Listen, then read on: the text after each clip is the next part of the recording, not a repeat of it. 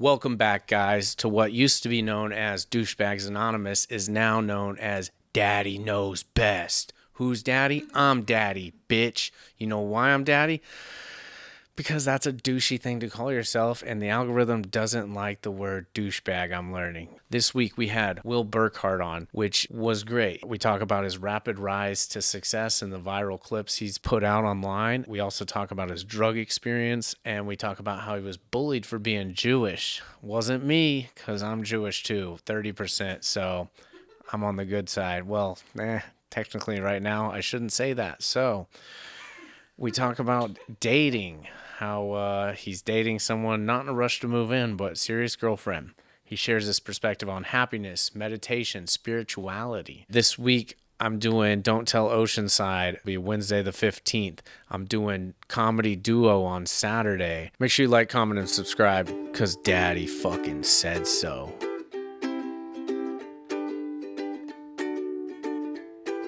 All right, bro.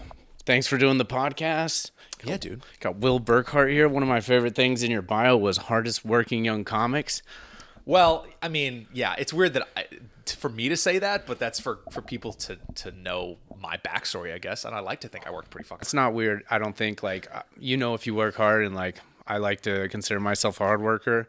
It's not in my bio now because you kind of beat me to that, but it's probably one of the top ingredients of success: consistent hard work. It's like the most ingredient that's missing in most people's stuff. Yeah. Of course, you got to have like passion for it of some sort and built up the talent. Like you're like 8 or 9 years in? Yeah, about 9. Okay. Yeah, I thought so, man.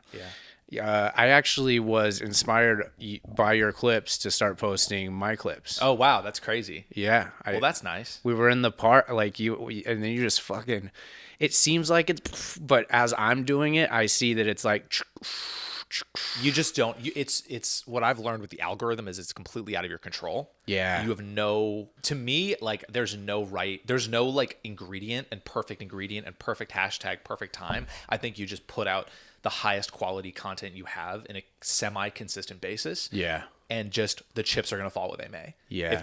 If the shit's that good, it'll find people. Yep. If it's not, then you so learn. be it. Like you just keep learning and keep iterating and make it. I don't know, make it look good and make it funny. But it's like, I think the hard part is having good content to post. Yeah. That's the hard part. Yeah, and getting enough shows in the beginning to have that content. Yeah, it's like that's the hard part. And then being able to make it look good and sound good is like the next step, Yeah, dude. I don't know. Basically what I was trying to say is that it's just so out of your control. It's just like part of it. It's just what is in your control is doing the work, editing the videos, posting them. Yep. And being consistent. How consistent do you think you need to be? With posting content, I don't have all the secrets. What I've done has worked for me. I was just a part of that crazy Instagram reel blow up thing that happened last year or whatever. There's like a handful of people who hit that wave, and I was one of them. Yeah. Very grateful for it. I think people are like, post every day, blah, blah, blah. That's I'm too not much. an everyday guy. Like, No. I feel like people don't give a fuck. Yeah. If you see it every day, you're like, okay, another stand-up clip, cool, who cares? Like, I like a 2 a week, 3 a week type of thing, just to like keep you in the zeitgeist, but not like overly, I don't know, not like over. I want to have like a little bit of demand. Yeah. Do you know what I mean? Yeah. I don't know. That's my approach. I'm at 3 a week right now, and I just bumped it up, and I don't know. 2 a week was a more chill spot because I'm also like editing videos on the side for another comic. So it's okay. And I'm doing it on a 2016 MacBook Pro. Wow. So like I don't have the update. I'm about to get a new laptop, but right now I'm manually tracking myself and the comic. I'm also manually entering every subtitle. Yep. So it takes me like 2 hours, sometimes 3 for like a intense one. Do you still edit? You probably like don't edit your stuff. Oh, right? I do everything still. Still? Everything. Yeah, fuck, man. I was thinking, I whole can't thing. wait to outsource this. No, dude, I think I'm also kind of a control freak. I think Yeah. it's like I have it so dialed in to where I can get it done real quick. If I've only edited a clip, it's pretty quick. Yeah. And I just don't trust people very easily with that shit. Like I feel like no one will do it perfectly. So unless I have just a crazy amount of bandwidth, then I may like get some help. But I'm like, I have the time. Like I'm doing everything myself. Yeah, and no one cares about your career more than you Yeah, do. totally. For sure. Yeah, until I get to the point where I'm just like crazy busy. Yeah. Then maybe like, hey, caption this. Yeah. But there's still just a sense of like, I need some of the control and the editing and just the timing and the pacing and I don't know. It's too important to me. Yeah, you man. know? I watch a lot of your stuff to figure out, because like I'm learning that I'm leaving too much air in some of my videos, whereas yours, like, you'll cut it like just after the peak of the laughter, and there's still a lot of and it's like next one, boom, next one. And I think, do you think you have to do that for how social media is? I think it's a balance. Yeah. I think I've seen people who cut too quick. Yeah. It's like, ha! Yeah. I'm like, I want to leave it in as much as I can while still keeping it snappy, TikTok-y, you know? Yeah. I think that's that balance. I don't know. I don't love the like crazy snappy editing. The Right. like, ba, ba, ba, ba, ba. I think it's fucking it's like, you're not even watching a stand-up show anymore. Right. Yours isn't like that. I'm just saying, like, Oh no, even if it is, I'm still iterating, but that's personally, I like a little bit of like, I want to give people the experience that you're still watching a stand-up show, right, as opposed to like, here's an internet joke thing. It's like, I just don't. That's like ruining the art form a little bit to me. I want to keep it a little bit just like you're there watching the show. Yeah. Maybe I'll punch in on something, but that's like the most. Yeah. You know what I mean? But dope, dude. I don't know. Figuring it out, bro. But dude, that's where I'm aiming to be, is over 100K, man. That's like one of my medium term goals, and like, because I see you touring, you're selling out all over the nation, and I think that is what we work so hard to be doing. So how does it feel to be where you? I mean, of course, there's always like, well, I want to be here now, but like, that'll never stop. But like, dude, there's got to be such a sense of gratitude of how far you've come and how hard it like, people don't get. They think that stand-up's a lot of luck, and I think it attracts a broken, lazy individual at some parts of it. Like, obviously, there's good people all within, but there's some like broken people because they're also funny. But like, the work ethic it takes to get to. Yeah, it's a crazy. You have to be obsessed with like the whole process of it, the highs and the lows. Like, you have to just be ready for that. And in terms of like what's felt like for me, it is.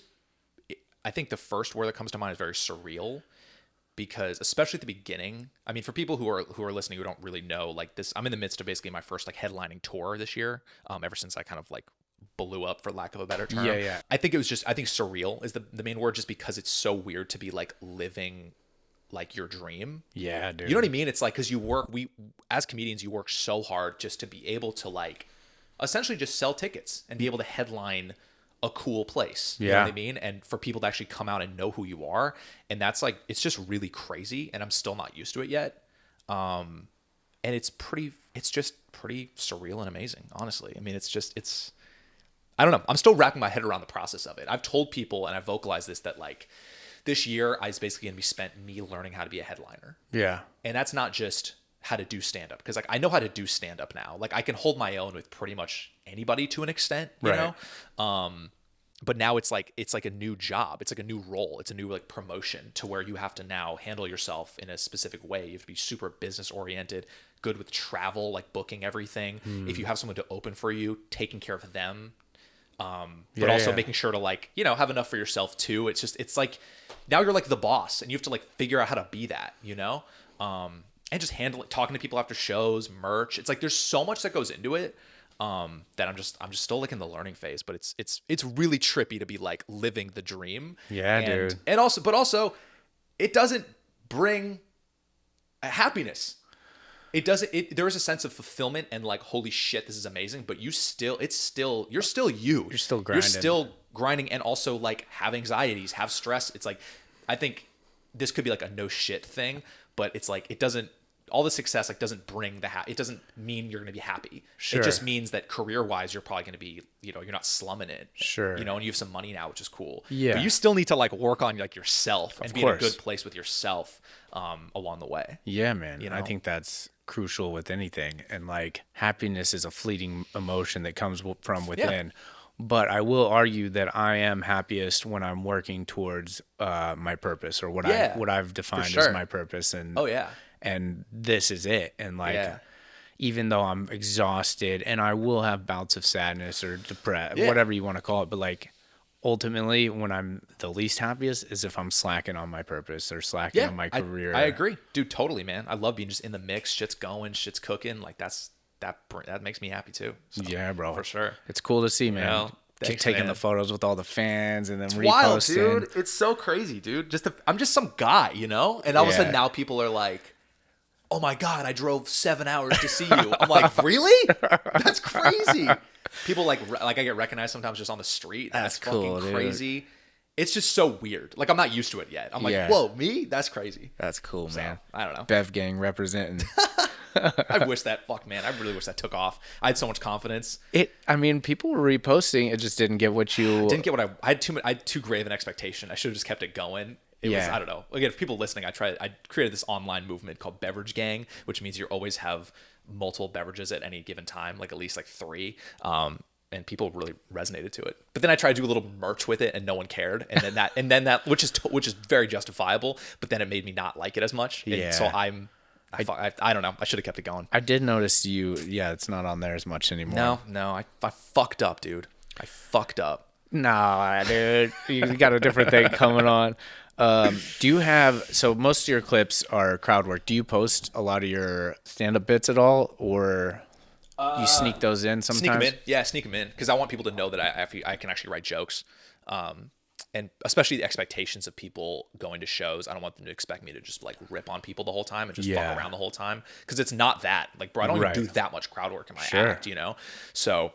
And I mean, like, to the point of like Matt Rife, he says like he can barely get his material out now. Like, Yeah, I'm not surprised. Just girls are just yelling out trying to be a part of the TikTok viral. That's clips crazy, man. That's crazy. Because I just still love it's like it is still write jokes, make them laugh. It is still that. It's like people forget that. But I'll sprinkle in some actual jokes or things that like I put out a joke recently that I've been messing around with for a few months, and I like the joke. It's not like one of my favorites, and it also there was no place for it in my act. Yeah. And so then I'll like give it out. Then I'm like, oh, I can just put this out. You know what I mean? Oh, so if you put it out, you won't do that.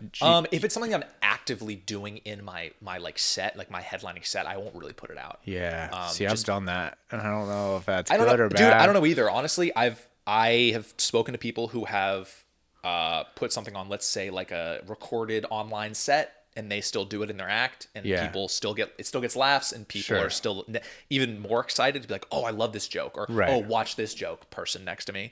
So I think there is a level of that. I personally haven't really gotten there yet. I still want people to be surprised. People not to be. And I also am probably at some point, whenever the writer's strike is over, we'll try to do some sort of, whether it's a late night or just Comedy Central set, stuff like that. That'll be like the next thing. Yep. So I also want to like, you know, once that, it's like, that's where some of the good jokes will live. Yeah. You know? And I may burn those. Maybe that'll just be it, you know? Well, and so I don't know.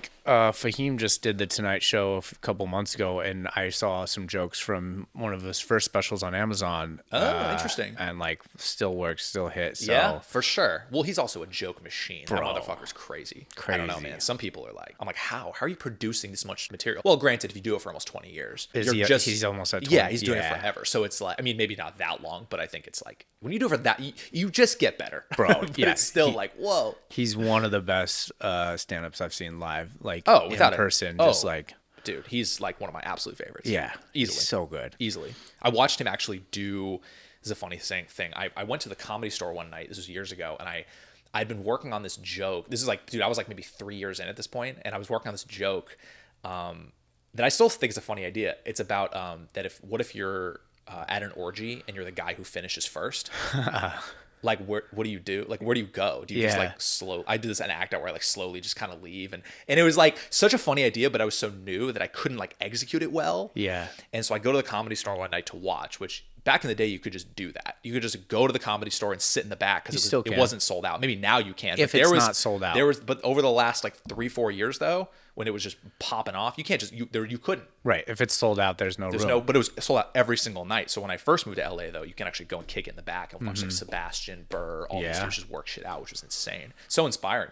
And so I watched Fahim one night, and he literally did that exact joke, the orgy joke that I was working on. And obviously he never saw me do it. Right. But he did it like with perfection. Yeah. It was like someone took the idea out of my brain and put it like into like a brilliant comedic mind who's seasoned, and I just watched him do my joke like how I'd dreamed of it being. It was so crazy. I was like, he did, and I was just alone, so I was like, Yeah, never doing that again. I'm never doing it again, which is fine because I'm like, Yeah. he did it. Like he cracked the code of that joke. Yeah. It was so crazy.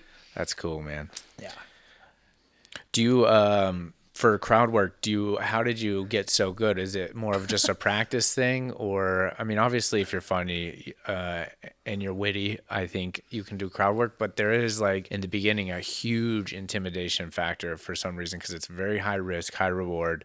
It's gambling. Yeah, it's gambling, and the more you do it, I find the more you're better. But like, I wanted to hear your take. Like, how did you do anything to improve your crowd work? Do you watch crowd work clips? Do you? I can't remember. I think if you're one of the stand-ups that don't watch stand-up, there's people that just won't watch stand-up because they think it'll influence them. I've become one of those. Yeah. I don't consume any stand-up. I don't look at anyone's social media.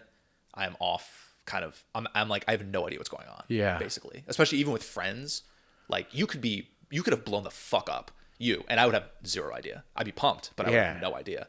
I do it purposely because I want to be. It's stand-up's hard enough and it's stressful enough. I need to be like removed from it. I don't need to know about other people's success because it can affect me in a negative way.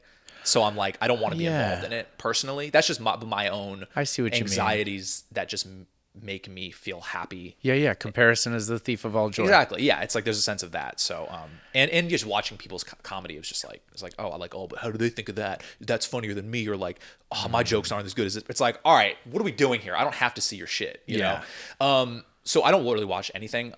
Even live. I mean, sometimes I don't really. I mean, I don't know. Sometimes I'll be like waiting to go on, and someone will be like on stage performing, and like I'll be like listening, but like I have no idea what they're saying. Yeah. I'm like so in my own head. I'm so numb to stand up. It'll just be like, yeah, that guy's talking, and like they're doing okay, and I don't know I'm like not even thinking about like, wow, what's that joke? I'm like, so I don't know. Riff on something that sometimes I will. I mean, yeah, sometimes I will, but I'm pretty like don't love to watch it at this point. Yeah. But Damn, anyways, dude. with just how it's kind of sad. I mean, it's again, but you put one of like the greats. I'll watch like the greats, Sebastian, of course. Yeah, or like Segura, if I'll watch Fahim do a set, I would love to. Yeah. But just especially just online, I'm not watching any of it. But me, I still love stand up. It's just like I don't want to watch people's online shit. That's just the last thing I want to do. When I'm like in the comfort of my own home, like watch someone else's like stand up clips. It's like the last thing I want to consume. Right. It is so saturated right now. Oh my god, it's like I don't want to see any of it, bro. The posts that some people sponsor the jokes, I'm just like, just put it out there. If it's good, it'll go well. If it doesn't, it's your feedback. It's like when it's like almost like when you bomb. It's the same. I see it as the same feedback. Mm-hmm. You get the rewards from, I don't know if you believe in God, the universe. If you're doing the right stuff, you're going to get some hints that, hey, this is right. Keep doing it. Yep, exactly. Yeah. But in terms of like crowd work and like how I guess I got good at it, it was just reps. It was just doing it a bunch. I don't think there's any other. There was no other tool I don't think I used. I think you have a sense. I think you need a sense of just, what's the word? Like being social. Sure. Like a just good sense of how to talk to people. Some people are just not good at that. And they're like socially awkward. Yeah. I've never been one of those dudes. Like I can kind of hold a conversation with everybody. I think that's like a really important part. And I think it was just time and reps of just being comfortable and being prepared for certain moments that you've heard before or just know how to handle a bad response and just the whole, I don't know, it's just being really comfortable. I think it's just time, bro. Yeah. I think that's all it is really. Yeah. I agree, and to piggyback on that, for me is like staying present. When I'm fully present, like shit just comes to you, like from the source, whatever, dude, whatever, or your subconscious, whatever that is. It's like, whoa, say that. And it's, a lot of times if you just sit and like you're present, like it just comes to you. You know what I mean? And it's well, two things. Number one, it's funny. Sometimes I'll look back at stuff or I'll be editing a clip and be like, how did I even get there? Yeah. How did I even think? How did that go in? And how did it like? That's crazy. But I remember I did have this. It's fun though. And the reverse too. Sometimes I'll be watching, I'll be like, oh, and I'll think of even more. And I think that is actually helping me too. If I'm like editing, I go, oh, I could have gone this way with it and this way. Hindsight, bro. My hindsight sets are crazy, bro. Hindsight, I'm crushing hindsight. Oh my god, I'm one of the best comics. I'm fucking murdering in hindsight. Yeah. Where's my special, dude? Bro, killing in hindsight.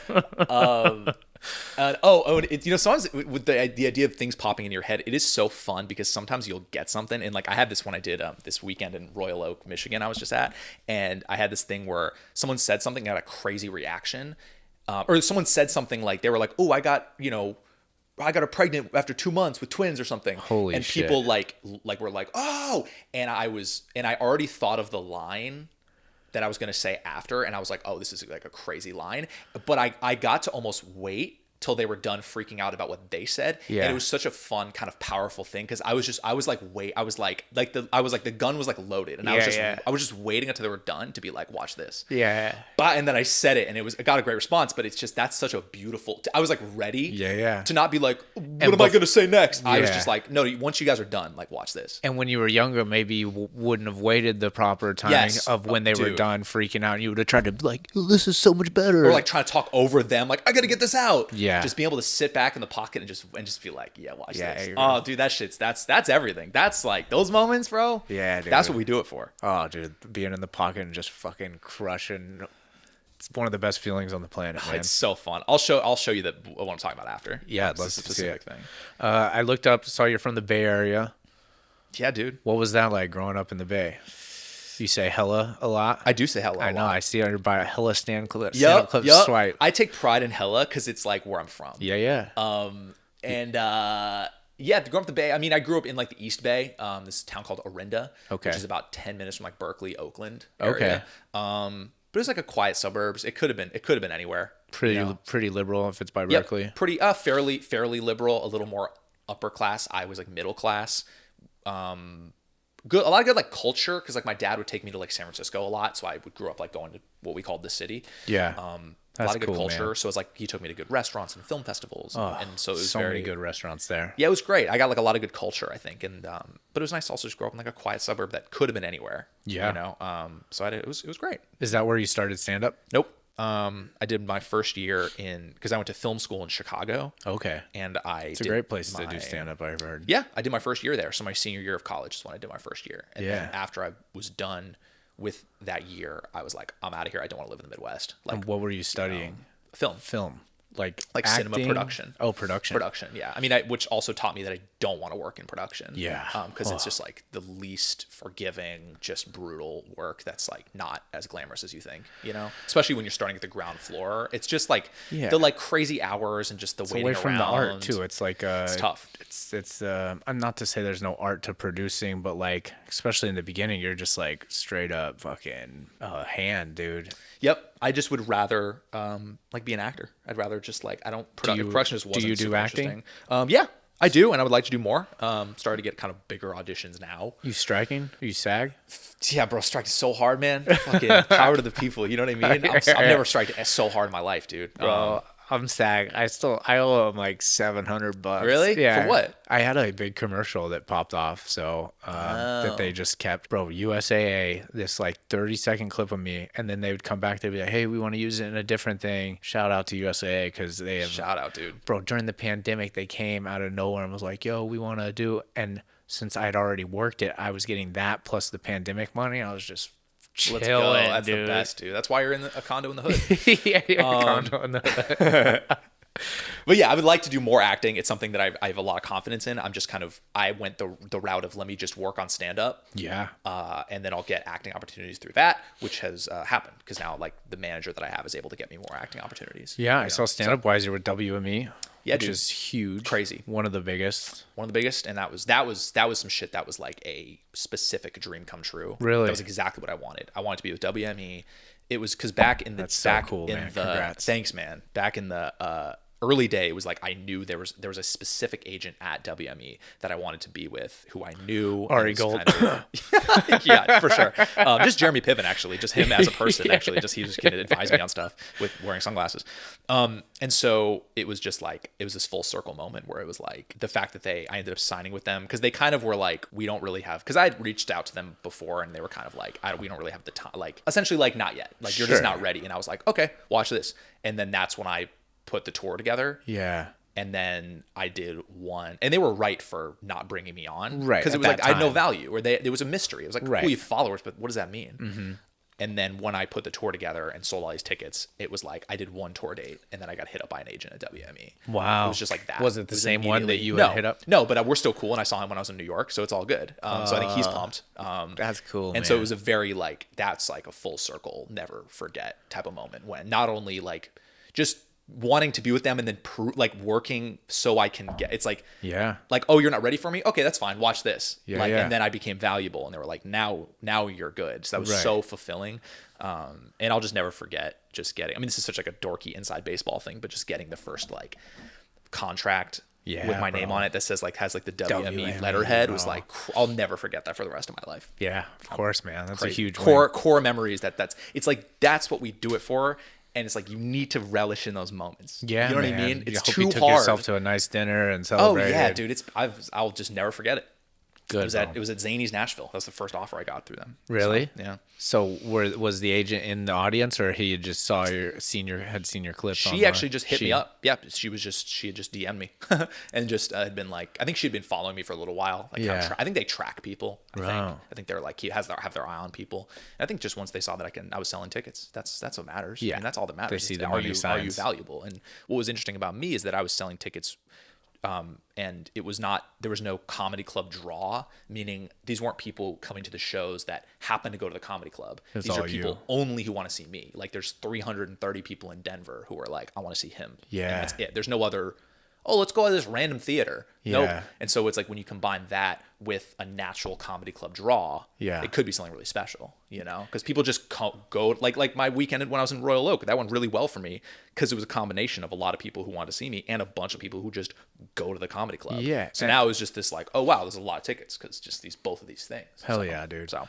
And to know where these people are, do you put that question in your, hey, where do you want to see me perform? Does that work really well? Oh, it's how I've planned everything. Yeah, okay. For sure. Well, because I was working on it for so long with the email list thing with like the, people put their cities and stuff. That's how I was able to gauge where to do my tour. I need to add that on That's all it was. I mean, that was huge. Yeah. That still like a super helpful, relevant thing that I'm consistently updating and working on. Yeah. Okay. Yeah, I have an email list, but it's mostly LA, and then I got to put out the word because I'm in like 16K, little That's like awesome. almost 7, like 16 and a half, and it's like, man, such a grind, dude. Yeah, dude, it's fucking hard. I've had multiple ones get over 1 million, and like one's almost at 3 million. Yeah. It's still going, but it's just like, you would think that would just, but it's Not anymore. No. It's changed. You think it used to? Yeah, I think it's harder to get a following now as it used to be. Oh, absolutely. Yeah, because you're getting the views, you're getting the likes. So I wonder what.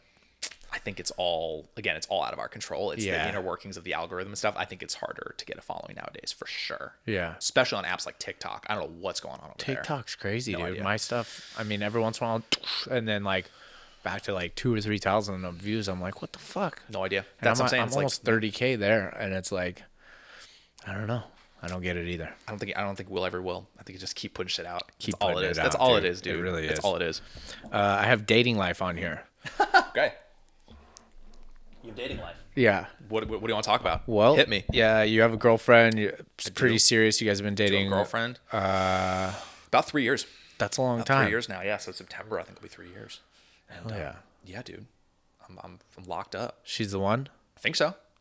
Pretty sure. Dude. I don't know. I mean, I can't imagine being with anybody better. Yeah. Yeah, for sure. I mean, it's I'd be lying if I said it wasn't hard at times being a comedian, traveling as much as I do, having a course. relationship. That's just an inherent sacrifice. Yeah. But she's fucking, there's no one else I'd rather be with. So I'm very, very happy, very lucky. Good for you, man. So yeah, dude. I'm also in a very happy. Yeah. How long healthy you been with your thing. girlfriend now? A little over a year. Okay, cool. Yeah, and like the happiest, most fun, easiest relationship it. I've ever been in. Love Just it, dude. Hands down. That's great. This is it for me. Yeah. I love it, dude. She doesn't live here, does she? No.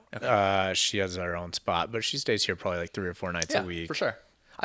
We don't live together either, and I've never. I'm not a big rushing into moving in together type of dude. Granted, I kind of had a not great experience the first time I did it. Yeah. but Oh no, what happened? it was a kind of a toxic relationship that wasn't a good fit, and the moving in together and kept escalating, and it was just like all of a sudden you felt more tied to the person because you live together, so it feels like you're married now. Yeah. So it was a little messy. So I learned a lot from it. So it was a great experience. But I think I'm just waiting. Especially, dude, if you're with like the one, in my head also it's like, well, let's not rush into this because like there's a chance we could live together for the rest of our lives. That's true. Part of me is like, bro, let me like just do my own weird solo thing for as long as I can, because there's one day where I won't be able to do that. That's true. You know what I mean? Yeah, Because I it's didn't almost think like about not that. moving into the other, not out of lack of love or confidence. It's Right. out of just like, bro, like this, like enjoy the independence for a little while longer. For sure. I don't know, but I'm also a super independent type of dude though. Yeah. Where I love being alone.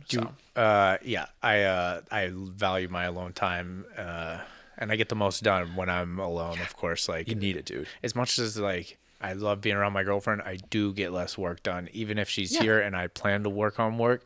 It's just such a easy, fun distraction to be like, "Hey, what's going on in here?" For sure. Is that how you enter rooms? Yeah. Hey. I have different voices I use. Oh yeah, it's me, Boris. Like, I'm in a Zoom meeting. Get the fuck out of the room. Okay, see you later. Guess I'll put my dick away. Fine. I have one of my favorite things on here. I have the douchebag daily double.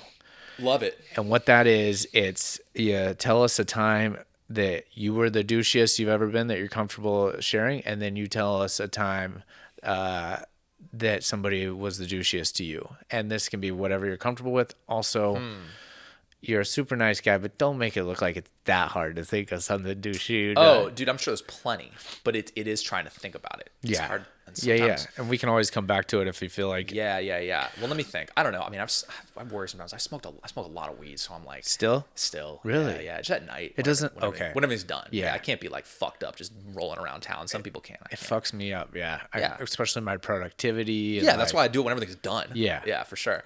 So I wonder sometimes it kind of fucks up my memory where it's hard to... Sometimes people will say shit, I'm like, oh yeah, I forgot about that. I had no idea. It definitely fucks with your memory. Dude, it's like proven scientifically. I'm trying to... Yeah. Fuck. I think... I'm trying to think like the douchier moments. I think what's hard is that I have this weird thing where I will very, very, very rarely do like the wrong thing, like something you're not supposed to do, like ever. Like That's normal, right? Not really. People do weird, dumb shit all the time. They don't think about consequences. They're like, oh, let me just do this, or like, fuck it. Right. I'm always like, I have to do the right thing because I think like karma is a big thing. So it's like you have to just. So there's not a lot of times where I've done some like real dumb shit, right? Because I'm like, oh, but if I do this, it could come back to me in some way. Man. So there's not a ton of douchey things that I've done, truthfully. Yeah. I'm sure I ask other people who have been around me. I mean, one thing is, I did get like thrown out of a bar in college because I tried to steal alcohol from them. So that's pretty good. That's a good one, right? That's a good one. I was drunk with a buddy,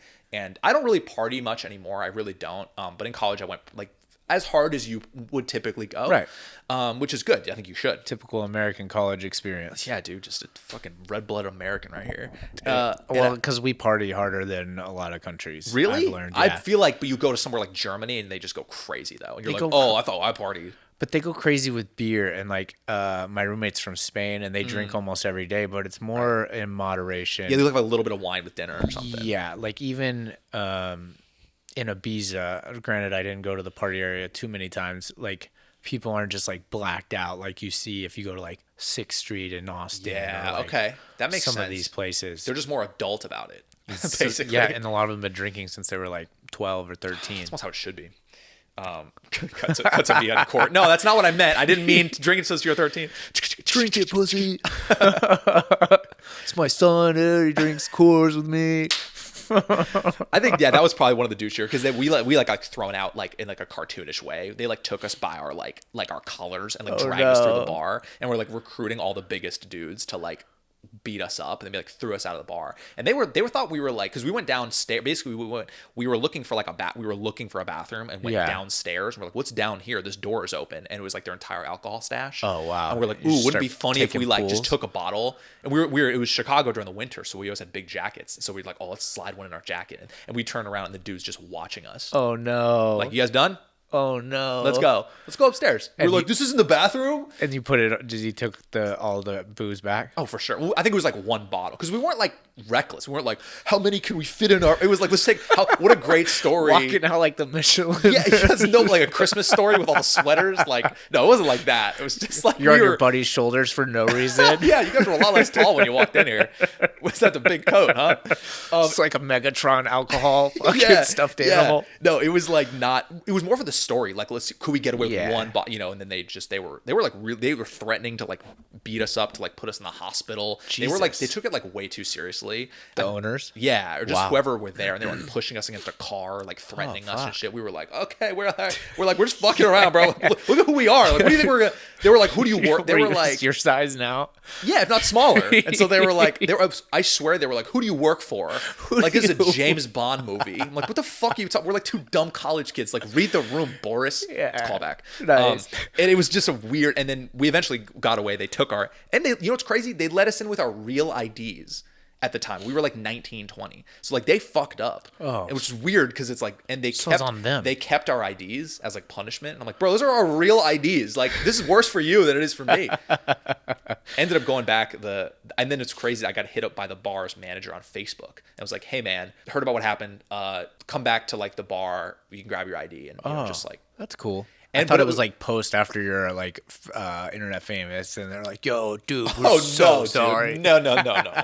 This was I was just a little pipsqueak in Chicago, getting beat up by grown men. But then I went back and they like were super cool. One of the bouncers that was not, he was like icing me out the whole time, like fuck this little kid. And then the manager was dope as fuck. We all did like a tequila shot. I got my ID back and left. That's cool. But it was a little bit like, are we walking into an ambush? Like, right? Because my buddy was like, I'm not going.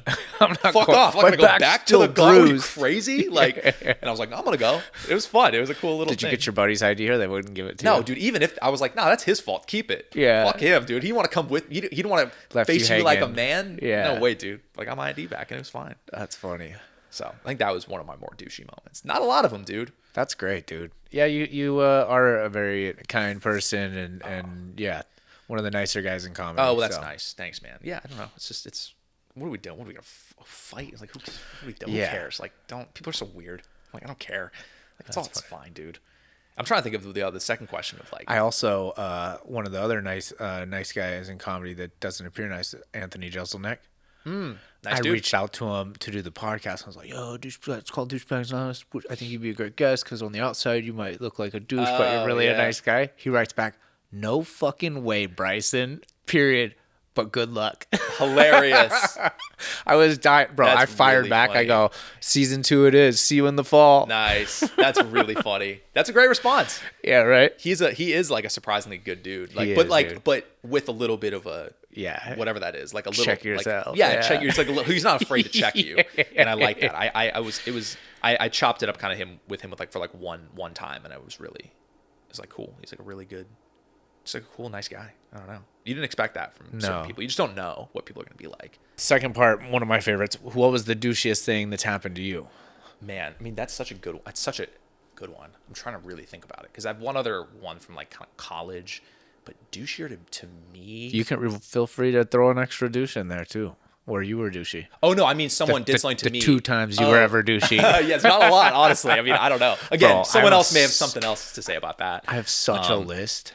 You know what? Here's kind of a good one. Just because, like, I have values now, but, like, it was from reading self-improvement books. Like, I was a huge, just, like, didn't believe it. Just a douchebag. right, bro. but that's what I'm saying. It's like, but did you do things where you're like, I know this is the wrong thing to do, but I'm going to do it anyways? Like, I never being thought maybe an ahead. asshole, or I like, never this thought is- ahead of the consequences. No, Right. I was like the fucking one marshmallow kid. If they did the studies, you know, like the Oh, is it you wait and you get more? And you're like, fuck out of Nah, here. fuck It's a off. marshmallow right here, bro. What are you Fucking pissed nuts? in the corner. Yeah. Now I feel like I have delayed gratification and like can think ahead. I also think it was part of my ADHD because impulsivity is ADHD, and I was Sure. prescribed these meds and like definitely had it. Sure. And part of it was I didn't think of the consequences, and I would just do it for what I thought was going to be the laugh a lot of times, or the story, like you said, and like didn't think about who I was hurting. And Yeah, like, yeah. See, I haven't had a lot of that. I always think about that. 'Cause Good, I'm too man. like worried about other people and their feelings, so I'm very like empathetic, like to a fault, to Good, where it's dude. like I don't know. I just never. I think it's sounds just like your how my parents passed that. Yeah, down. they raised me pretty fucking well. Yeah. You know, they're doing a good job. Granted, my parents did the best they could, but they weren't taught a lot of these things. So Yeah. it's like a generational thing. It's all about how they were raised too. It's like it's just so much that goes into it. Oh, here's a good one that someone's douchey to me. It was on this tour. Had some weird interactions with fans, obviously. Just strange. Always, people are just strange. Yeah. People are strange. And there's a lot of them. So you're going to deal with some weird people. I remember, so I was in Denver, and was doing the meet and greet. Love Denver, by the way. I've never done comedy there, but it's such a cool city. It's great. So one of my favorite cities for sure. I think it's most sunshine of anywhere in the country. By really, the way. More than here. Mm-hmm. Wow. Like statistically, yeah, great place. Huh. And terrifying to fly into or out of. By the way, terrifying as shit. Because of conspiracy or just because of the mountains? No, because the mountains. Do you know about the airport I've heard conspiracy? about the conspiracy. Yeah. Yes, I've heard about that. Crazy. But it is that flights in and out of Denver fucking suck, and I'm sure people will agree with me on that. It's so scary. It would be funny if this was where we found out you're just some huge tinfoil hat conspiracy theorist. Yeah, this is where I finally let it out. Give me another water. Let's let it fly. I got another hour. Canceling all my plans for the day. So I was in Denver doing the meet and greet, and I was doing pictures and stuff, and I had people were still coming out, and I was taking pictures of people, and I was like this, like arm around two people, and someone's like about to take a picture. I'm like this, and some guy walks up, and he was like, "Oh man, like great show," and goes to fist bump me, and I was like, like 1 second, like I can't. Yeah, we're like in the middle of of the the photo. about it's like to take interrupting a, picture, a so conversation. It's like, what am I gonna be like? Thanks, man. Like. You're great. Give me a second. So it was just like this, and he proceeded to cartoonishly go up to my chest and go ba ba ba ba ba ba ba ba ba ba ba. What? With like 8 punches, not crazy hard, enough to it hurt, and then he just walked away, and I'm still just like this. Oh, that's on him. And I'm like, okay, thanks for coming. And then they walk away. I'm like, what the fuck was that guy? What a crazy thing to do to someone. Like, just went up and Street Fighter, just like, like as if that's a normal thing to do. No, it was, I couldn't believe, and I was vocal about it. I was like, when people were kind of, I was like, yo, that guy was an asshole, huh? What did you say to him when he was doing it? He just left. Like, what the fuck are you doing? No, because, it was so crazy, because, like, I never expected it. Motherfucker's quick, too. I mean, dude was like that. Like, okay, bye. So weird. Never didn't like hang back to be like, sorry man, I freaked out. I got nervous. My bad, dude. Can we take a picture? He just left. Beat the shit out of me. Left. Never saw him again. Everyone was like, what the fuck? Almost I was the only one who was like, hey, did anyone else see that? That was so weird. That's crazy. So that was a pretty douchey moment that someone else did. Yeah. The lack of awareness is bananas. It really is, man. I notice the more I live, the more I notice a lot of people are just unaware of what they're doing, how it's impacting, and myself included. Sometimes if I'm just like, yeah, me too. Yeah, for sure. Like I said, I'm doing all this, like, speaking how highly of myself. I never do the wrong thing. Bro, talk to my girlfriend. She can probably give you a list of 50 things. Yeah, but like a weird social interaction isn't a depiction of your values or who you are as a person. That's just like, it happens. It's part of life. And yeah. I just wonder if that guy thinks about that moment. He's like, man, remember when I saw Will Burkart and I just beat him up after? Like, either goes, that was hilarious, or like, man, I hope he like never remembers that. Like, I hope to make it up to him. Weird. We all have those moments where you think, fuck, is that person still thinking about that? Why did I do that? All the time. Yeah. Daily. Yeah. I think about that all the time, dude. Oh yeah, I have those every time I leave the comedy club. Why did I fucking? Why did I say that? That's why I'm like, sometimes I don't want to talk to too many people, because I'll fuck up somehow. I'll say some shit. I'm like, what the fuck did I just damn it. Yeah. Like walking back to my car, like, idiot, stupid. Yeah. But the first time you try to riff with seasoned comics and they all just kind of look at you and they continue their conversation. Yep. I mean, dude, last night I did a show with Neil Brennan, and it was like literally like me, Neil, and like Kevin Christie in a room. And I'm like, I ain't saying shit. What am I gonna be like? All right. I'm just gonna sit there. Yeah. It's not worth. Some people are really good about like, oh man, but here, like, really taking control of the moment. Like, oh, but that reminds me of this one time. I'm like, nope. Yeah. You guys, if you want to clue me into what you're talking about, cool. I'm just gonna sit here and be just an unassuming dude. Yeah.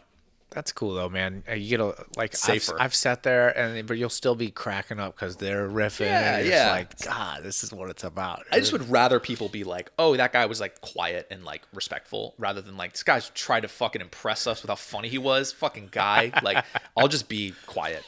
That's safer. That's probably the move, especially in the like middle or beginning especially. I made the mistake of being like, hey. It's tough, and people will be like, remember that one guy who was like, look at duh. You're like, Jesus Christ, man. And now when I reach out to the podcast, they're like, no fucking way, dude. I have on here drugs. Cool, man. What's your experience with drugs? Did you ever dabble? You smoke weed? I consider anything from like coffee to a drug to like, oh, okay, hallucinogenics. Have you ever done that stuff? My drug breakdown is started smoking weed when I was like 14, because where I grew up it was pretty normal. So I haven't really stopped. I started pretty early too. Yep. For better or for worse. Who knows how my brain would have worked had I not.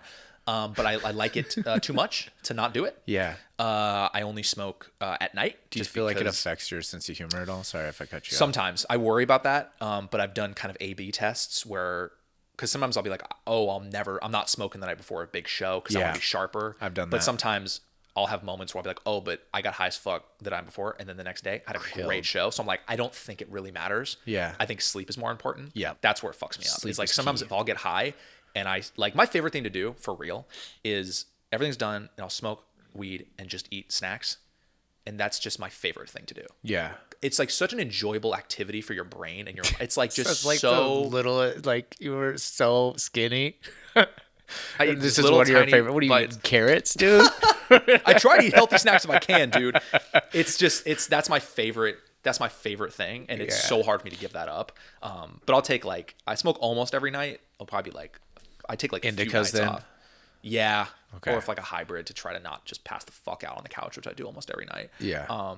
So yeah, that's a thing that it's really hard for me to give up because I love it so much. I look forward to it. But why do you I mean, if it's not causing you any impairment or negatively affecting your life, why do you have to give it up? Yep, that's how I'm thinking about it. I think it's just more like eating late at night. That's not good for me, and also it causes me to stay up later because I'm enjoying the experience so much. So then I'll be like it happened to me when I was in this last trip I did with Louisville and Nashville were the two cities I did, and Louisville I was like very well rested for and I had a great set, and then Nashville I was like stayed up too late the night before and I think it fucked me up a little bit because I didn't love my set. So of course. It's just another thing of like if you're gonna get high, but just like give myself like a limit on when to go to fucking bed. Yeah. But I love it so much it's hard to give up. And I mean if coffee's a drug every day. Same. Yeah, every day. Cold brew every day. I have no interest in giving that up. No. Can't have caffeine too close to a set though. Know that. Some people it helps them. Jittery. It makes me shaky. I don't feel as funny. That affects me. So I'd rather just be tired. Because then you're kind of sillier. Just mushrooms. It's the only thing I've done. I've done mushrooms probably like 8 times maybe. Have you taken a god dose of mushrooms? Like the highest dose? No, like where you've taken enough to where your ego dissolves and you have like this spiritual realization that like everyone and everything is all part of that same thing. No. Okay. So you haven't eaten like an eighth or more of shrooms at a time? I've had a good amount, but I feel like I could have always taken more. Yeah. I always do them with my girlfriend. We were like, what we do is we usually would do like every 3-4 months. Okay. We'll book a really nice Airbnb somewhere. I saw one of them in Joshua Tree with a little mushroom, but I didn't want to out you funny. if you weren't going to say anything. Yep, for sure. I've consistently been doing them. Yeah. And it's been great. One of the best drugs to do. It's natural. It's proven to reduce depression. It's proven to help people with PTSD. Yep. There's a lot of good things about it. Well, they're using it for therapy now, which is so cool. That's why I do it every day. The first episode, so I have a master's in psychology. Yeah. And my first episode, I had one of my instructors from Pepperdine when I was getting my master's come on the podcast, and they do therapy like with mushrooms. Yeah, it's awesome. Well, now you can go buy it at the store, which is nuts. Oh yeah, I have a chocolate. Like my girlfriend wants to do it, so I got her a chocolate bar for her birthday. Yep. I've also had like some crazy intense experiences on shrooms. Let me just say, like, my last experience I did not like, and it kind of turned me off to it. Yeah. My one criticism with mushrooms, as fun as it is, and it's some of the hardest you'll ever laugh. Yeah. It's like a specific type of laugh, like a mushroom laugh. It's like this high pitched, just like you're out of your mind. It's like the best time, and like almost shitting your pants the whole time, you know. But man, I got so inward, not in a way that was fun. Yeah. I like drugs where I can escape. Yeah. Like weed to me, it turns my brain off. I'm not like That's thinking good. about shit. I'm in the moment. I'm watching a movie. And I'm like, this cheese dip is delicious. Bro, that's where I'm at. Makes me think of what happens after I die so often that I don't smoke it as much as I used to. Totally I'll still makes sense. smoke a handful of times, but like I have existential crises. Yeah. And I wouldn't like that either because I want to escape my problems. So mushrooms was getting me like super inward. I left the experience feeling super anxious and not happy about my career. Even though things are going well, I was still just like, I'm a fucking hack. Like I'm not, this sucks or this city. It's like there's, and I was thinking about like my parents, like, and mortality. I was like, this is not a fun escape. I'm like, I came into this trip in one place and I'm leaving in a worse place. Yeah. That's like the opposite. I'm like, maybe I'll just do Molly next time and just lick the walls. Molly's a really it's like sounds like a way. Yeah. I'm just afraid of the come down of like the kind of lack of serotonin for the last like for the next 2 days. So with Molly, if you do pure and you don't do it very often, you're pretty set. But that's one of the best feeling drugs. And like I say this, but I haven't done Molly in like, I don't know, probably 6-7 years. Like I don't really fuck with drugs that much. I took 10 years off of shrooms, and the last time I did it was like my cousin's bachelor party, and I took too much the first Oh day. yeah. I was like, yeah, it's tough, dude. It's the feeling of when it's Oh, yeah. being digested. That's a Yeah. tough thing to overcome. nauseous, Like yeah. you're like, it's like shaky. You're nauseous. You're like, Yeah. you're Here so it comes. uneasy. You're like, oh fuck. Like that's always our hardest time. And my Yeah. girl, she gets it she goes deep. Like she always goes deep. has she had a god dose? I think so. I mean, Yeah. she's always gets like, because she's smaller, so we take her around the same amount. So she's Okay. just like just, and I'm like kind of fine. I should Also, be taking if more. you've taken them more, I think it does something to your receptors, because there was a guy that had never done them, took way more than me, did not trip at all. I'm tripping balls. Yeah. Like, yeah. everything's like doing the kaleidoscope, everything, you know, and like, yeah. I need like a rebound. I need like a better experience to make up for that because I'm a little turned off to the process now. I'm Yeah. like, this is not a drug I'm maybe enjoying very much. And same thing. And the Yeah. dude, real quick, then the time before that I did it, we went to Malibu, sick Airbnb, and we took it super early in the morning before we had to check out. Which, by the way, quick gripe about Airbnbs, bro. Hey, check-ins at 4, check-outs at 11. What are we to you. just pay for? Yeah. I'm like, it's a bed. Oh, so the sun's down. I don't get to enjoy any of the views, and we need to check immediately out. It's such a ripoff. Yeah, I still will on do it. shrooms, checking but it's, out. Yeah, it's a ripoff. So it was like, we were like, okay, do them at what? And it was an in-person check-in, so you got to have like a person like, here's the washer, here's the door. You're like, I got it. Yeah. Get out of here. Yeah. Leave a note, dude. I can know how to work a Roku. Yeah. and so it was, so we did it super early in the morning, and I had like a really, really bad physical trip. I was like writhing in pain the whole time. I was nauseous. It was like the whole trip was like, should I throw up, and how do I throw up? Right. How do I do that? Yeah. Turned out I didn't know this. The next trip day, harder if you I throw had the flu, Oh, fuck. and I didn't know. Shrooms on the flu. Shrooms on the flu. That's like With the flu. It's like a new Dr. Seuss book. Shrooms on the flu. In blue with the dew. Made me do a poo poo. I did multiple poo-poos. Gnarly, bro.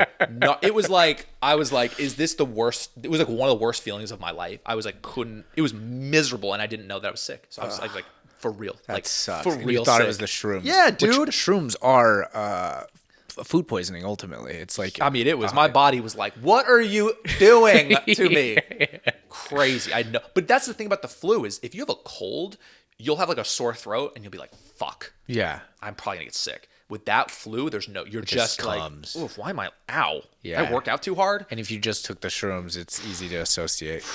I will say with your the thoughts, we all have those kind of thoughts. Yeah. I think the shrooms, you just kind of attach to them, but like Yeah. identifying that they're not based in any reality is a good thing to do, which you're very able to do in this scenario because they're not inhibited at all. But Yeah, I know, dude. That's a perfect way to say it, being attached. It was like once I clinged to an idea, it was, I could not get out of it. I could not get it out of my head. Yeah. It was like, fuck, man, I'm not like enjoying this. Like that was like, even, and then the other time where I did it, we went to Big Bear. We always hit all the different locations. And I was, at the time I was doing a podcast with Brent Morin and Jason Collins. Oh, sick. And we were doing, you were on the podcast? well, no, I was like just producing their podcast You for were? a while. Yeah, for a Oh, while I was. sick, man. And they and Jason had texted in the group like, when should we record this week? And I purposely left my phone away because you Right. can't check your phone on mushrooms. No. And so I happened to check it first. I wanted to take a picture of something.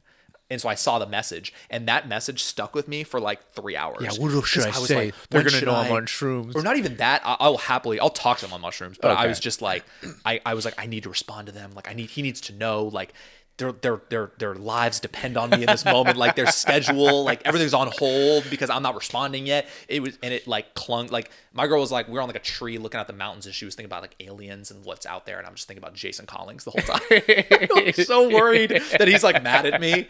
It was so mad. So I'm like, part of me is like, I almost want to experiment with a different type of drug because I've just had I don't know, like acid. I think I want to try at some point. Done it. Done them all, bro. The shit. The way you said that. Ayahuasca. Done it. Ayahuasca. Been there. Yeah, twice. Yoga studio in Santa Monica. Ayahuasca That's does like a not- self-improvement thing. Yeah, it's not ayahuasca- like a fun. It's not what you're looking for. I don't. Yep. I don't. And I also don't want to be like puking and shitting and like Yeah. cleansing. I'm like, I don't want that, Bro, man. when you come back though, you are the happiest, most grateful, loving person to be back in reality. And like, but it sticks with Yeah. you. Like because heard great it's supposed to things. be good for PTSD and all these other things. And I like had done it, and like, yeah, it was intense. But like, you come back just like, I'm gonna call my parents. Yeah, I usually come back like that. I always am like, call my parents, go see them more. Yeah. That's actually a reason why I visit home more, is because of mushrooms. bro. Actually, is like I see my parents much more now. FaceTime my parents every day. Yep. I love my parents, man. Me too, man. I think that's undervalued, and if that's all I gain from mushrooms and all the shitty experiences, it's worth it. It's worth it. Yeah. Super worth it. Very cool, bro. You said Jason Collins, which leads us perfectly into our next topic because I have violence on here, and he's a very adept martial artist. Black belt. Yeah. What's your experience with that? Do you do any martial arts? Were you subjected to bullying as a kid? Like, Zero martial arts. okay, Never been interested. May at some point. yeah, Never dabbled. Never done it. Never been in a fight. that's good, bro. Not a lane I'm interested in my life. Well, you grew up in a very civilized area. I Yep. grew up in hillbilly Oklahoma, so we Different thing. had to throw down For sure. quite a few times. It's all about how you grew up, and I just never. It was not who I was. yeah. Also, I was bullied a lot, so like, Totally. I do all these things, and like, now I'm just like, I'm pretty good. What were you bullied for? My friends at the time made up a gay rumor about me. Okay. And Rumor? Yeah. This was a rumor. It was. Yeah. No, and I had but I was insecure about the rumor. But like, For sure, especially when you're younger. in Oklahoma, bro. So like, I would get in like crazy fights just Whoa. because they thought I was gay. Wow. Yeah, so I like thankfully found wrestling, which was the best thing because every time these guys throw these haymakers, I would just double leg takedown. Also, granted, I got my ass kicked Sure. at least half the times. Then the Marines, and then just kept doing it. yeah. Like we grappled a lot in there, and then I did Jeet Kune Do for a few years, which is the martial arts Bruce Lee created and developed. Cool. Which Jason's also very familiar with and Cool. did. Yup. And then now I do Brazilian Jiu-Jitsu, which if you ever do get into martial arts, that's the one I'd recommend Okay. because it's the most Okay. peaceful. There's no striking, and it's more Cool. about like controlling the situation and like that. subduing your opponent. I like the idea of that, being able to handle yourself if some shit pops off. Yeah. Like I do kind of like having a little bit of confidence of like, oh, but I could like grab the wrist, if I needed to, I could fucking. I love you know your, what I mean? your idea of how it is. That's Grab all. the That's wrist, all I've really known. break the wrist and walk away. That's all. Yeah, that's all I want to do. No, but just being around Jason for so long, literally being a black belt. I mean, he can choke me out with like my shirt. Yeah. He can just take me and just go, okay, just with so easily. So I think having that would be cool. Yeah, I was never really bullied for anything. I mean, I was always really like the smallest of my friends. Yeah. So I think I inherently had to like use humor as like a defense mechanism because I mean I was like 5 feet tall in high school, so I was like this little guy, and my best friend Ian was like huge. He was like 6 feet, this big fucking nice. crew guy. So it was like I always felt really small. I was like the last of my friends to hit puberty, and so, but I was never like bullied, but I definitely was looked at. I was never like cool, and like girls didn't like me, so there's a sense of just like, I don't know. It's not bullying, but it was definitely like I had kind of a weird. Didn't have like I don't know. I wasn't like a dork, but I was definitely just like not. What a glow up, huh? I mean, you could say that. You could say that, bro. You know, you could say that. Cool, man. But I did get bullied for 1 year for being Jewish in 7th grade. Really? You're Jewish? Mm-hmm. Did you go on birthright? Did not. We've talked about this, I think. Did we? I found out I was Jewish in my 20s. Right. How old are you? 30. Go on birthright. You can still go. I Maybe. think up until you're 32. Okay. Not gonna. But maybe. No? Yeah. Why? I just don't wanna. Free trip to Israel. How Jewish are you? Not that Jewish. I just want to. I don't know. I'm not You're traveling. Ashkenazi? Have you done the DNA test? No. No. I don't care. Yeah. I don't care. I know. I mean, we did like. I mean, my mom's Jewish, so it's Yeah. like I'm technically Jewish. Oh, yeah. And the I did old school Jewish. I'm not that. My biological father's Jewish. So I'm like, but I'm 30% Ashkenazi Jewish. Okay. Like, I'm ethnically Jewish. I'm not religiously Got it. Jewish. Yeah, I'm not really religiously Jewish either. I'm just, my mom's Jewish and we grew up doing Hanukkah, and that was just, and I can do the Hanukkah prayer. And I did I went to Sunday school. I never had a bar mitzvah, so I went to speak Sunday Hebrew? school. No, dude, I barely speak English. I went to Sunday school for like 3 days. And Okay. I cried every day before I went. This is when I was 20. And they were like, all right, we're not forcing you to do this anymore. And so I just never had a bar mitzvah. So I'm like barely Jewish, but I'm like, I still take a little bit of pride. I still am like, yeah, I'm Jewish. Like that is what I am. Yeah. But, and then going back to why I brought it up, being bullied, it was when South Park was like popping, yeah. and so it was like when people found out I was like Jewish, it was like crazy. People were like ripping on me like all the time, and I didn't know why. I was like, why are you guys ripping on me for this? It's like, who cares? Like, why is this a thing I'm getting made fun of right now? Yeah. And it just, and then I what happens? You when didn't get watch bullied, South Park? Of course I did. Yeah. So I got it, but it was still, it sucked. It was like all the time, bro. My yearbook was like, "Have a good summer, you fucking Jew." Like, for real, little kids wrote that in my yearbook. Oh shit. And that's just what it was for a year, and then it was never talked about again. And like when you get bullied for something, I don't know if you had this, well, it's different if you're being bullied for potentially being gay, but I leaned into it. So then I was like super Jewish. I was like, my fucking AIM screen name was put on your yarmulke 7 because of that Adam Sandler Hanukkah song or whatever. I was just like leaned super into being Jewish because I was getting like bullied for it. I think that is the appropriate response. I was insecure about my situation, so like I became a douchebag and like a womanizer, and like so that's where I went. Yeah, that makes sense though, to be like, oh, you think I'm gay? Watch this. Yeah, watch this. Yeah, dude. That makes sense. It's so weird, man. So weird, bro. And that's affected me, man. I had to go through therapy. I read a lot of self-improvement books. Well, that's good stuff. But that's good though. Yeah, it's affected me. It's made me. Yeah, I don't take anything for granted. I like where I'm at and who I am. For sure. Mortality. Oh boy. Religion, mortality. Okay. Yeah, not what you thought we'd be talking about. I didn't think that was a funny pivot. What do you want to know? What do you think? What do you think happens? What do you think when it's all over? All this is. I don't know, man. Yeah. I don't know.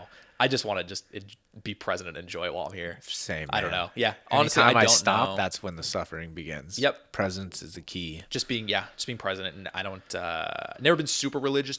Wasn't raised. I mean, that's basically how you're raised, you know, that kind of sticks with you. So I was never super religious, but I'm a very like, you never know type of dude. So I'm like, whatever, something out there. Something could be out there. Who am I to say? Yeah. Who are any of us to say? So I just am like, something could be out there. And like going back to what we said before, just be a good person. Yep. Do the right thing. Have some values. Operate with integrity and just be good and empathetic. It's like, that's all that matters. That's, you know, that's like the religion that I'm kind of subscribed to. Yeah. Kind of. Those are self-evident principles that you think would be more prevalent in life, but you find that like integrity and honesty and these things are a rare quality in people. Yeah.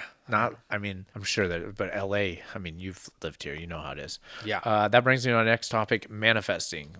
Praying. Do you believe in that? Do you do it?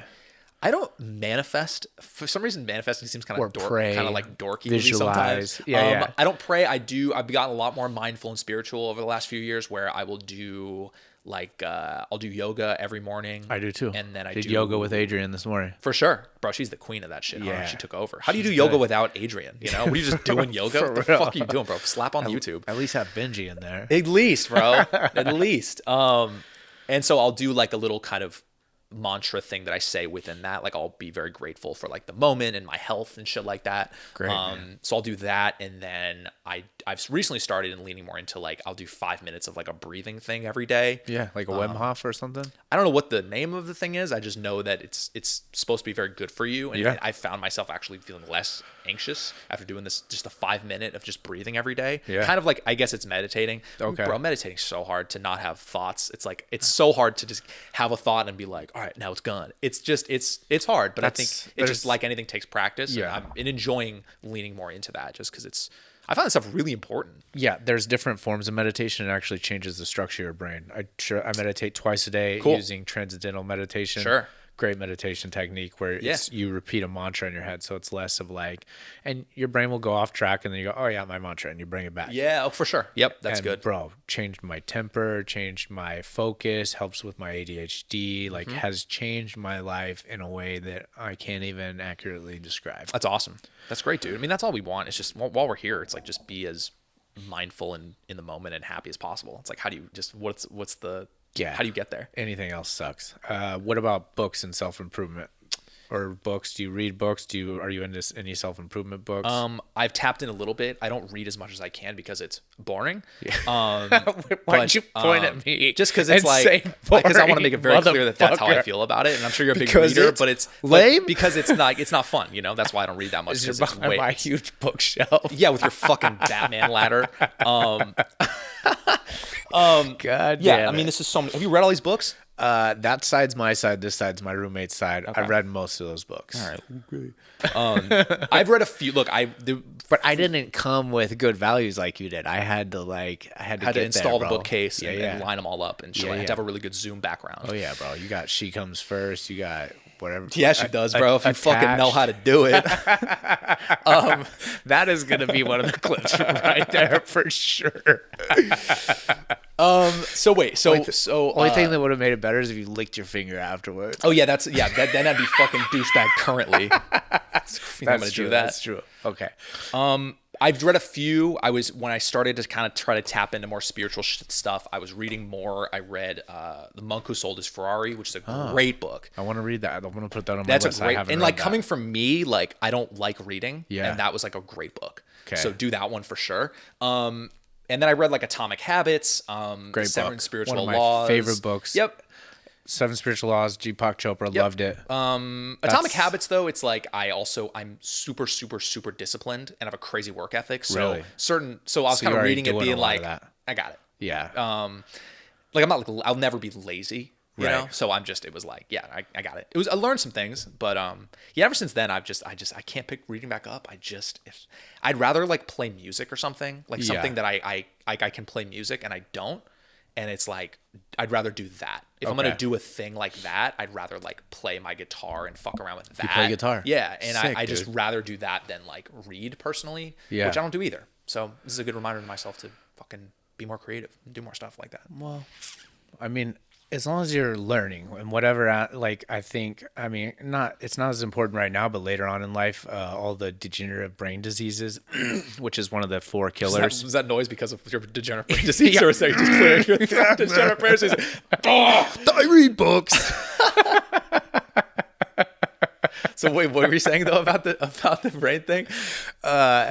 Most of it, you can fend it off. A lot of times with reading, studies show, or learning a new instrument or learning a that's new super good for you. language. Yeah, These yeah, things yeah. that like exhaust your brain are like some of the best things to fend off some of those diseases. Yep, that's a great point. Yep, I like it. Okay, last stuff here. What next? And do you have anything to plug?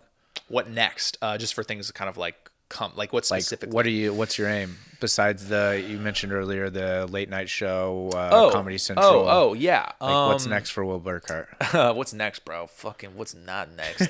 I'm kidding. Just the tour is going to go throughout the whole year. I'm doing just like so many cities, and it won't really stop because next year there's so many places I haven't been, so I'll still just be touring. Sick. And now it's funny because now it's like, as fun as it is, now it's like my income. So like I have to do the road now, which I love. I have to do it to make money. You used to have another job. Not since COVID. Okay. But meaning like that's where I make real money. Like Yeah. I'm not making money in LA until Right. I have a podcast coming out, but until that's monetized, it's like I'll make like $100 here, $200 here, but it's like I have to go do the road. LA's expensive. Which is a great reason. I like that I have to go do it, you know, Yeah. and I'm so grateful that I'm able to I get to do it and make money doing it. So the touring will continue for a long time, I assume, which is super exciting. And there's so many places that I want to go, and I still am.